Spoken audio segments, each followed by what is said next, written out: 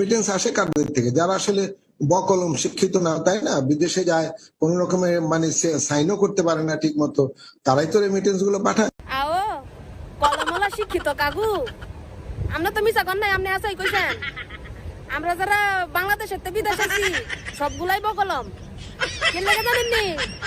আপনি যে দেশে বই রয়েছেন না, সেই দেশের লেখাপড়ার কোনো দাম নাই, কোনো মূল্যায়ন নাই, এই কারণে আমরা বকলম। আর এই দেশের লেখাপড়ারে বিদেশে কেউ গনে না।